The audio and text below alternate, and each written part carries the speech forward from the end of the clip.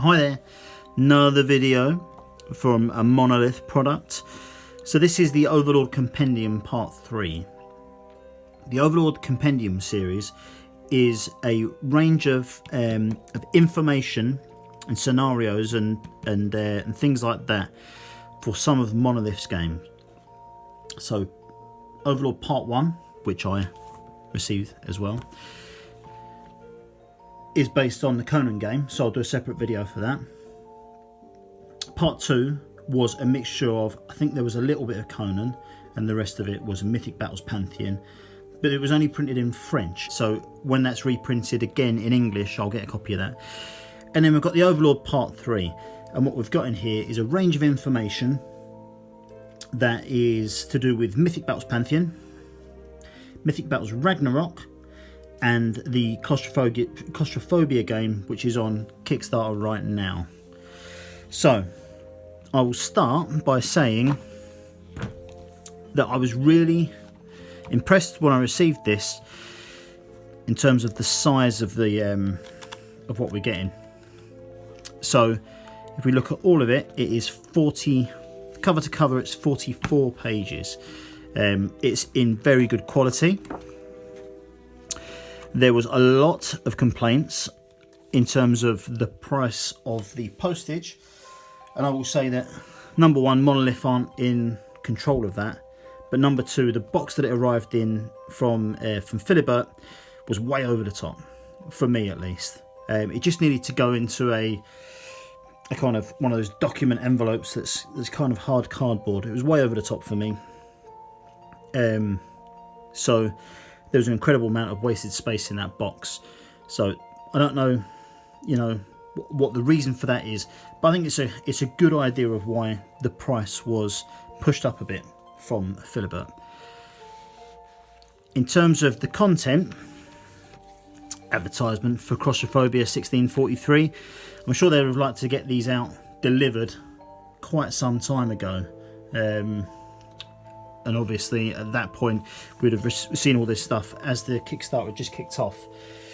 But anyway, in terms of content, we've got 3 scenarios for Mythic Battles Pantheon.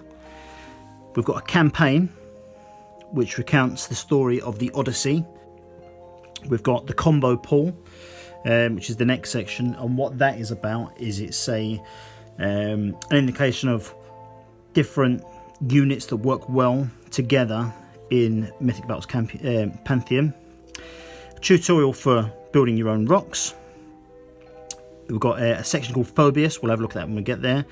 Painting guide for Talos, and it's not just Talos, it's all of the kind of elemental fire miniatures. So things like I think it's the Colchidian Ball, the Mechanical Warriors and that kind of stuff. It's got them. It's got some information on Nordic mythology. It's got some information on the nurse that actually, strangely, it's got that's written in French on this line. I don't know why that is, but yeah, sculpture of Stéphane Hugen.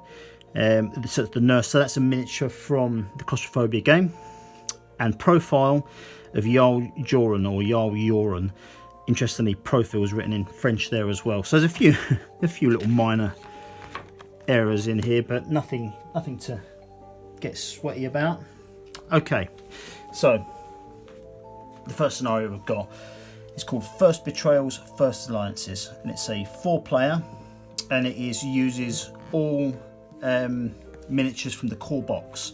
So none of the stretch goals here, and none of the expansions. Victory: the first team to either absorb 3 on Phalos between the 2 allied gods, or to kill one of the opposing god can claim victory. So actually, this is a team-based scenario. So you've got Zeus is from team 1. So Zeus is team 1, and Athena team 1, Ares and Hades team 2. Okay, so that's a 4-player. The next one is called Iron and Stone. It's a 2-player.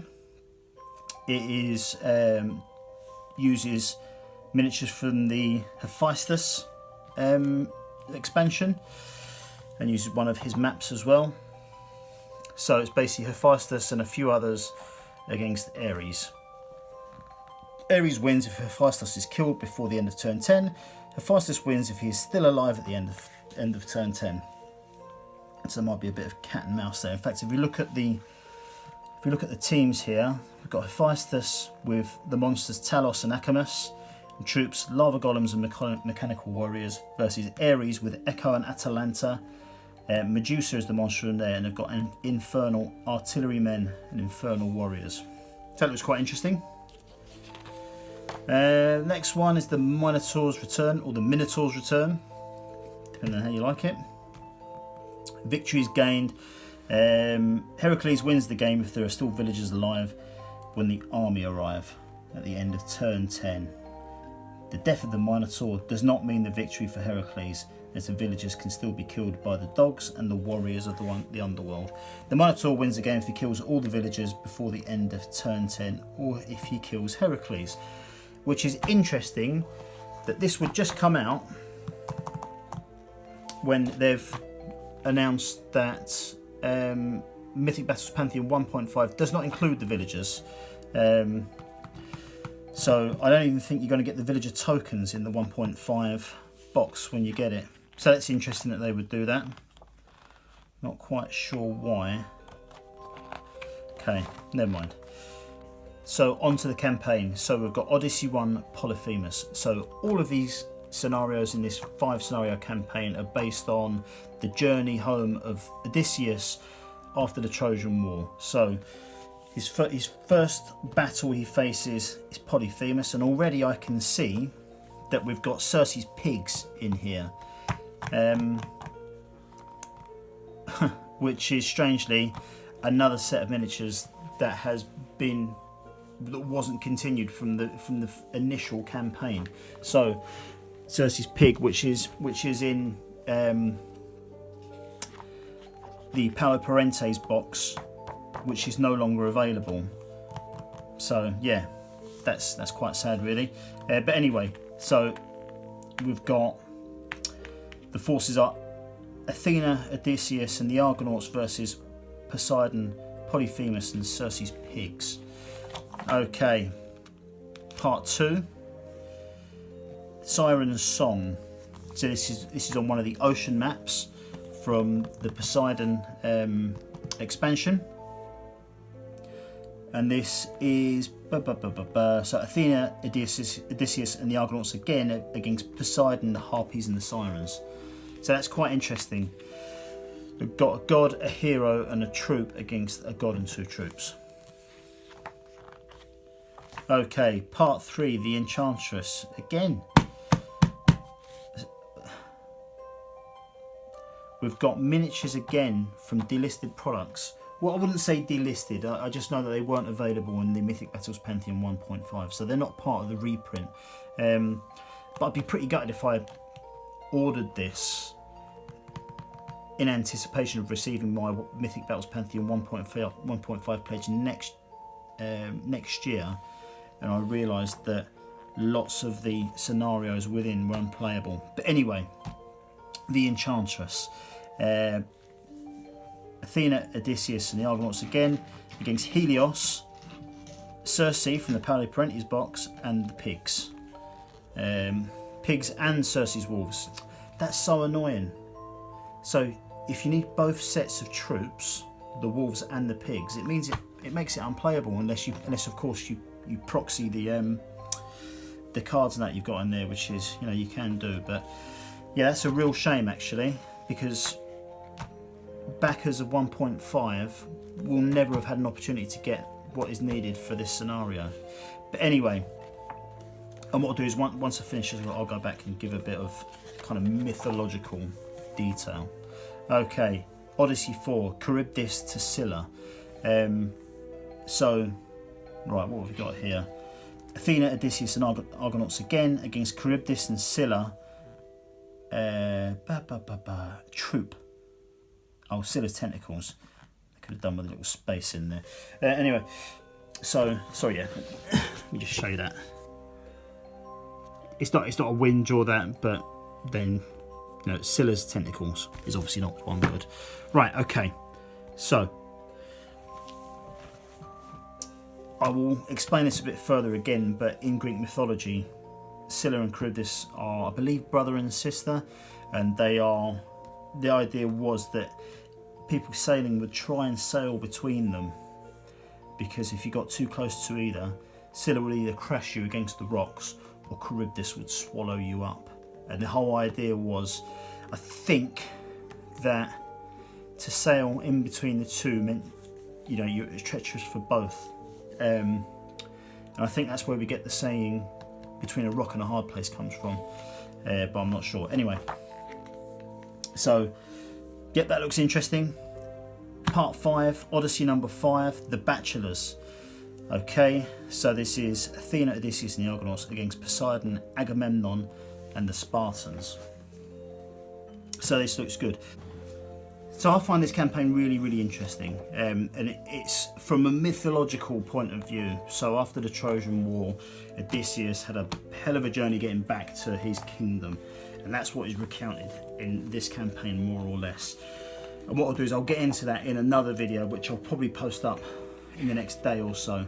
But I'm really looking forward to playing this. I know it's a shame about maybe not having the right parts and that, but you know, it does look like it's going to be a good campaign and interesting from a mythological point of view. Okay, so the combo pool. So what this is doing is it's giving us some information about some of the miniatures that work well with each other. What I'm going to do is I will pick this one, Minos and Sisyphus, and I'll read you the information on it. And again, I'll go into a much more detailed version of this in another video. Okay, so Minos and Sisyphus. In the previous combo we saw that we could make some units invulnerable, but will it maintain the combo with Art of War cards? With the association between Minos and Sisyphus, we have the fuel needed to maintain the combo a very long time. 5 Art of War cards together. So that's to do with what they get when they're drafted. The Minos powered deception will slowly kill the unit that will serve as guardian. Good news, Sisyphus comes to life every time he dies at the price of a discarded card. So it's going to give us some information about good combinations that work well, that are going to help us in the game. And no doubt this is going to add to the build mode that's going to be coming when we get 1.5 as well. So if anyone wants more detail on this, please don't worry, I'm going to come back and do the whole book cover to cover, and go into absolutely everything, because I think it's that good. Okay, next we've got a tutorial for the rocks. So making it out of polystyrene, it's got 8 steps to go from a block of polystyrene to a lovely looking rock. I think it looks pretty damn cool as well. Okay, Phoebus it looks like. Phoebus.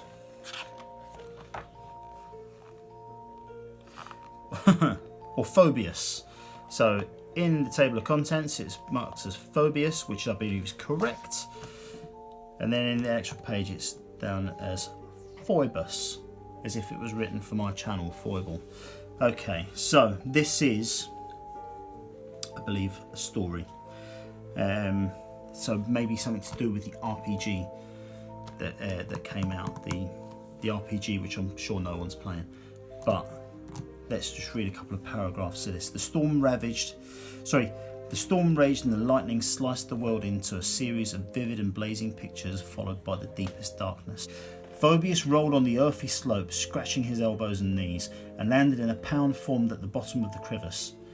It was raining as if all the gods had been pissing at the same time from Olympus. Nice. The shock expelled the air from his lungs and he inhaled while his head was still sunken. He found himself on his knees vomiting cups of muddy water. So this is a kind of a short story. And again, when I do the longer video, I'll go into all of this. But it is quite a story, and I'm looking forward to it. Okay, so painting guide. So we've got Talos here, and what the principles that you learn in this painting guide are gonna teach you how to paint other similar models that are kind of lava behind rock, or lava behind, or molten metal behind steel. So things like they've done the Colchidian Bull, the Mechanical Warriors, there's Talos and the Lava Golems. So this is a comprehensive tutorial, which, to be frank, looks awesome. It looks really good. It looks like a good tutorial. I had a decent read through it earlier, and it is very, very detailed. So I like it. Even starts with, you know, the importance of things like of priming the miniature and all that kind of stuff, which even the likes of Games Workshop can forget to tell us on a regular basis. So that looks really good. Okay, now we move to Nordic mythology. So I like the style of the pages here. So this kind of mosaic style is an exact continuation of the of the style that's done in the previous pages, which is in the rule books, but it clearly transitions from the Greek Pantheon to the Norse. So what we've got here is we've got a few paragraphs on Norse mythology, and then we start to look at some of the heavy hitting characters from Norse mythology, which is really, really good. And again, when I do my longer video, I'll go into all of this stuff, but it gives us some interesting info on Odin, Thor, Loki, Tyr, Skadi, Freyja, Hel, Heimdall, Balder, Frigg and Nord. So it is very good. It is interesting, and again, I will go into it in further detail later on my next video. Next, we've got a sculpture from the Demon Nurse mini from Claustrophobia 1643, and it details the process of how these miniatures are made. So if you look there, it starts with a wire frame, something as simple as a wire frame.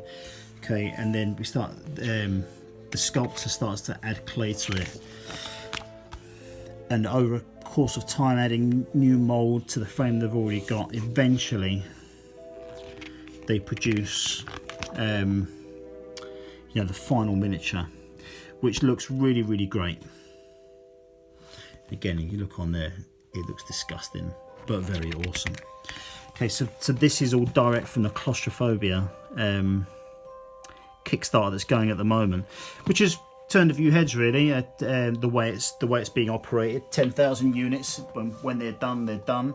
I'm not sure how the community at large will take that. I'm surprised at how slowly it's selling. I expected it all to sell out, all 10,000 copies, within a day or so, but we're about 3 days in now and there's still plenty of copies left. So but anyway, I'll go through this further in my other video as well. I just wanted to show you what we've got. And finally, what we've got is going back to the back cover. You can download this actual page from Board Game Geek, right? And what it is it's our profile or profile of Jarl Jorund or Jarl Jorund. What it gives us is details of how he's recruited, and on the back cover here, on the card of the back cover, it's actually got his cards that you can cut out to start playing now. So it gives us his activation card, sorry, his recruitment card and his activation card. Now he's only got one activation card, because what you do is you add him to whatever troop you've got, so he becomes part of a troop. But again, I'll read up on that and let you know. So from a review perspective, what do I think of the Overlord Compendium 3? I really, really like it. There is lots and lots of really interesting information. It is well presented. It is printed on very, very good quality paper and cardstock. I really hope they continue to make these Overlord books. There is something that lets it down though. The translation into English could do with some help really. There are plenty of mistakes in here, which makes it difficult to read. So what I would say is that if for example English isn't your first language but you don't speak French, you get this, I think you might even struggle with some of it. There's some schoolboy errors in terms of, this is the painting guide, right? It's very good, it's very, very detailed. But randomly there's a whole section here that's still in French. It hasn't been translated. So I think it's very good, but it definitely has its issues.